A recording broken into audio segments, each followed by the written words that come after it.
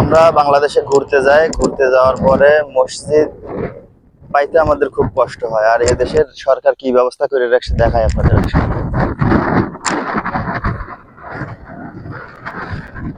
বুরহান ভাই, এই জিনিসটা আসলে বাংলাদেশ চাইলেও করতে পারে না ভাই। আসলে কি কি জিনিস দেখাতে চাচ্ছে আপনারা একটু দেখেন। এখানে আসলে লেখাটা নাই, লেখা যদি দেখাইতে পারতাম তাহলে ভালো হতো।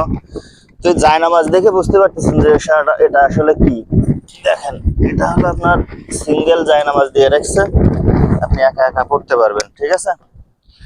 আর এই যে নিচে আপনার